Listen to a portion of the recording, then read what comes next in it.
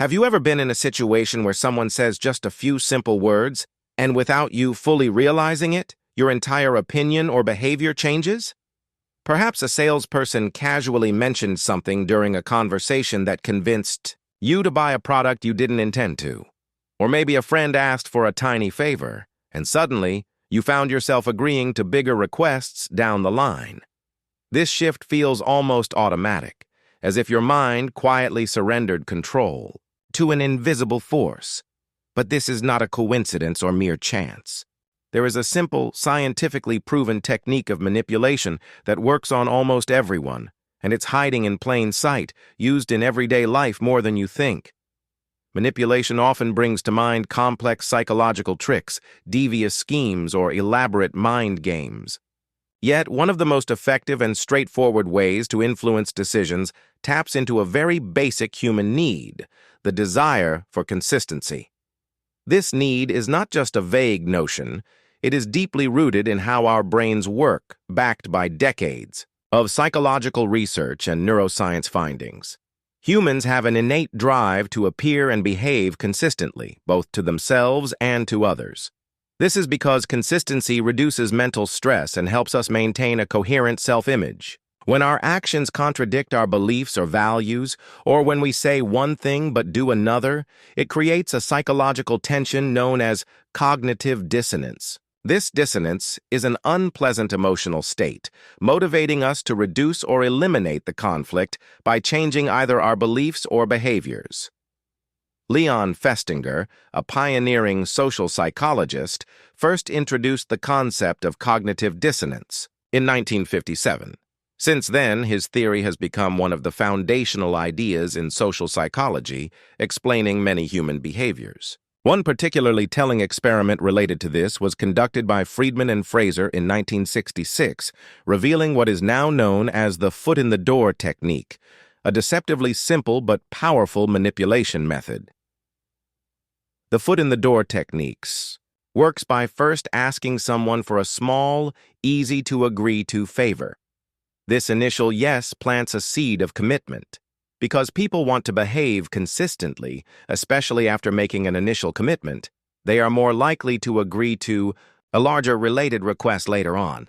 This mechanism operates largely beneath our conscious awareness, making it incredibly effective and hard to resist. In their famous study, Friedman and Fraser first asked homeowners to put a small "Be a Safe Driver" sticker in their window. Almost everyone agreed. Later, the same participants were asked to place a large, ugly sign in their front yard protesting unsafe driving. While only 17% of homeowners agreed to the sign outright without the initial small request, a remarkable 76% agreed after having placed the sticker earlier. This massive difference highlights how a small commitment opens the door to bigger compliance. This technique is pervasive in daily life, from marketing and sales to social interactions. For example, companies offer free samples or trial memberships to get you to say yes to a minor request. Once you accept and enjoy the sample, buying the full product feels like a natural and consistent next step. Social media platforms often encourage you to like or share posts, a small favor that subtly increases the chance you'll engage more deeply later, perhaps by joining a group or purchasing something related. Even in workplaces, managers often ask employees to help with minor tasks first, which then leads to greater involvement or responsibility. What makes the foot-in-the-door method so difficult to resist is that it appeals to a deep internal motivation, rather than external pressure. The initial request feels harmless and voluntary, so you don't feel manipulated. However, the internal drive to maintain consistency nudges you toward agreeing to bigger requests, often without your full conscious awareness. Beyond the foot-in-the-door technique, other related strategies also rely on consistency.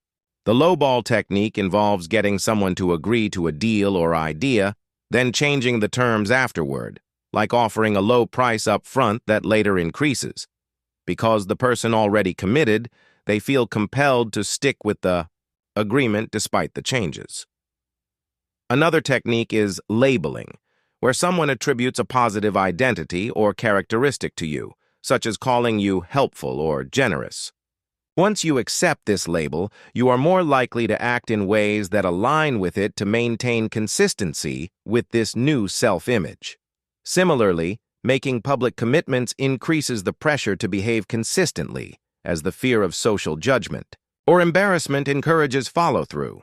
The neuroscience behind this reveals how powerful consistency really is. Brain imaging studies show that cognitive dissonance activates areas of the brain associated with emotional pain and discomfort, such as the anterior cingulate cortex.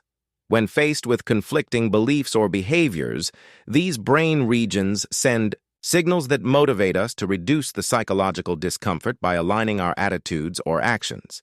This biological wiring means that the desire for consistency is not just a social or cultural construct, but a fundamental part of human brain function. Recognizing these patterns can empower you to protect yourself from unwanted manipulation. The next time someone asks you for a small favor, pause and reflect. Ask yourself, am I agreeing because I genuinely want to, or am I feeling pressured to stay consistent with my previous behavior? Notice if requests escalate from small to larger favors. When you detect this pattern, question the motives behind it. Learning to say no early on, even to small requests, is a powerful way to prevent a slippery slope of commitments you don't want. Most importantly, examine your own intentions and be honest with yourself about why you say yes. Is it truly your choice, or are you avoiding the discomfort of inconsistency? This knowledge isn't just defensive, it can also be a tool for good. You can use the foot-in-the-door technique ethically to encourage positive behaviors. For example, health professionals might encourage patients to start exercising with very short daily workouts, gradually increasing commitment and results. Charities often begin with small asks, a signature or a tiny donation, before moving to larger contributions.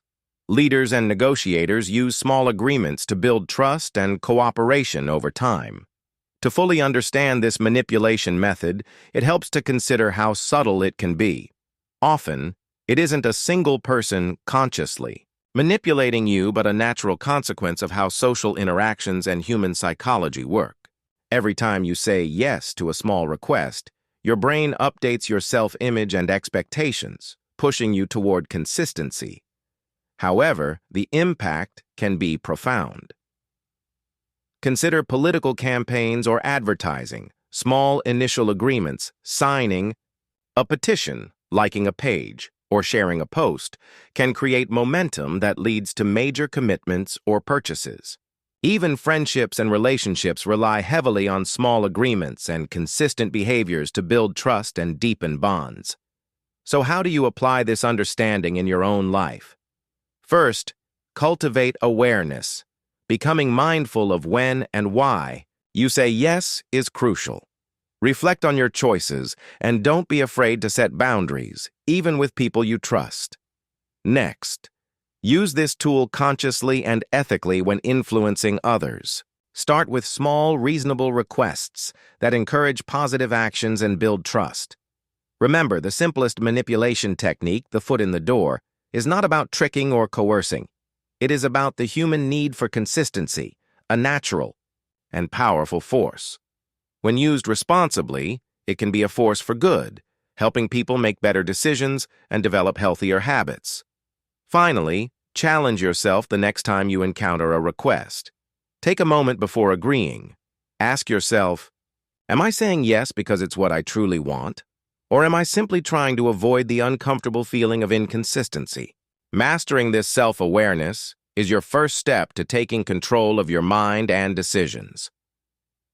Understanding this simple yet profound manipulation method gives you a powerful lens through which to view your interactions and the chance to make choices that truly align with your values.